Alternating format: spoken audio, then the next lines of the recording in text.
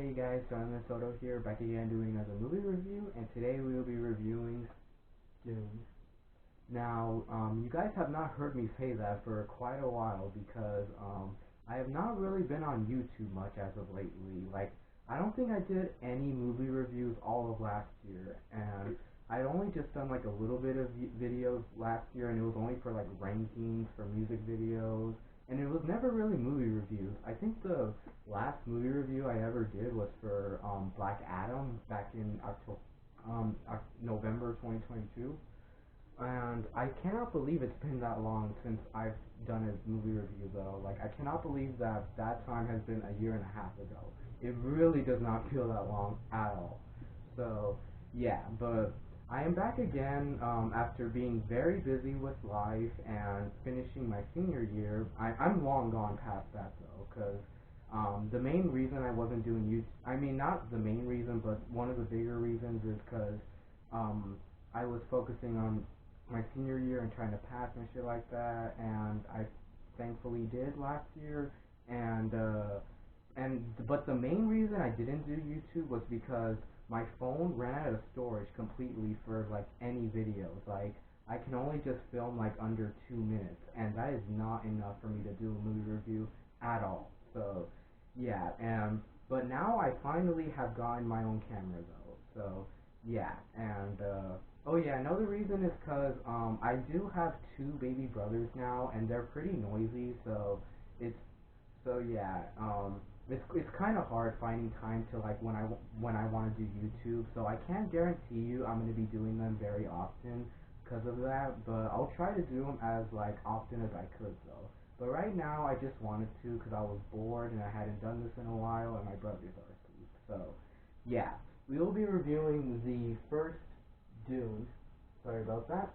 And so yeah, if, as all of you guys may know, the second Dune has came out very recently, and there's been a lot of praise for the second Dune, and it's getting very critically acclaimed. So yeah, and I did see the Dune Part Two. Wait, was I saying the first Dune or just the second Dune was critically acclaimed? If I mistaked it, I meant Dune Part Two. But Dune Part Two, I did see that one recently, but we will be talking about that one next. But for now, we are talking about the first one. So yeah, let's get on to the review for the first Dune.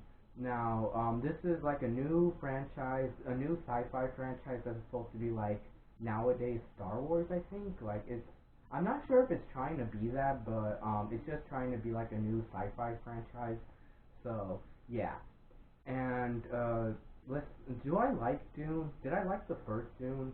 I liked the first Dune. I thought it was pretty good, but here's the thing though. It is good, but my main I do have quite a bit of issues with this movie, and my main one is barely even anything happens in the first movie. Like, I feel like barely anything even happened. Like, barely anything was going on. There wasn't much to this movie. Like, I don't know, like, especially for how long it is. It's 2.5 hours long, and for being that long, like, why did so, like, less happen in this movie? Like, not much was going on. There wasn't really much action, much, like, story, like, much of a story premise. I mean, this movie did have great cinematography, don't get me wrong, but, not much really happened. I don't know, like, I feel like a lot more should have happened. Like, I know it's the first movie, it's trying to set up more, but it's too, like, little of what's happening. I mean, Avatar is setting up a huge franchise, and the first movie has a lot going on. It has a huge premise, and it's awesome. But this one, like, I don't know, like, it could have been better to me. But it was still good, though, don't get me wrong. But I just feel like it should have been on a more, like a more, like, bigger level, you know? But it was still good what we got though. For being a first movie, for adapting the standalone Dune novels, it was good what we still got here though. It was still interesting.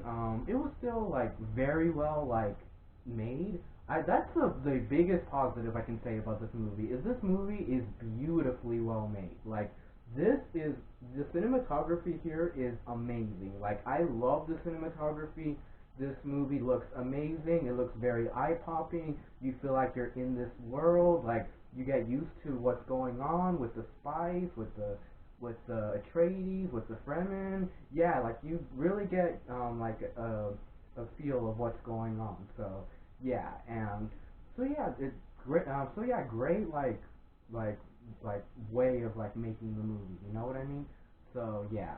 And the spice was a pretty interesting part in the movie where the Atreides aren't like so used to it. Like it's kind of like it's a little like bad for them. I would say the spice is like I don't know. I wait. What did the spice do?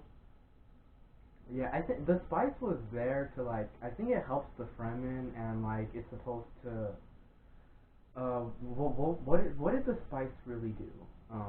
It helped like wield the desert. And how could I forget what the spice actually did?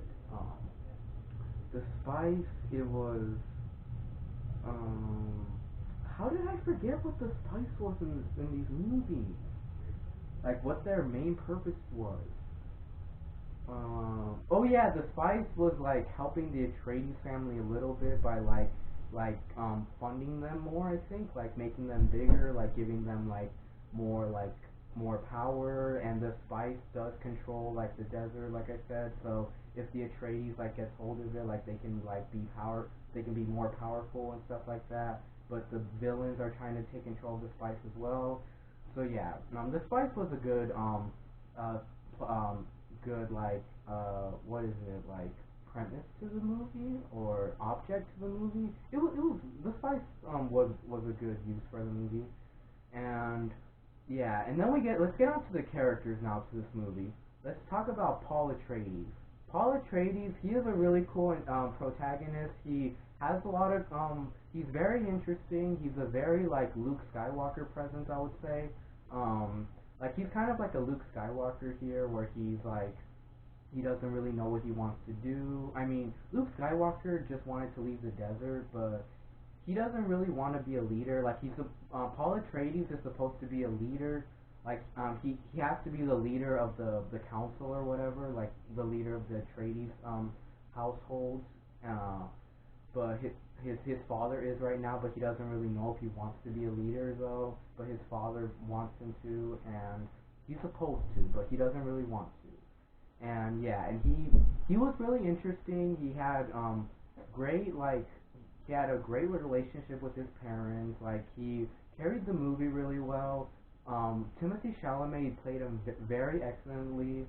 And what else? And he was interesting with his visions he was having when he puts his hand in the box. He has to be the prophesized one.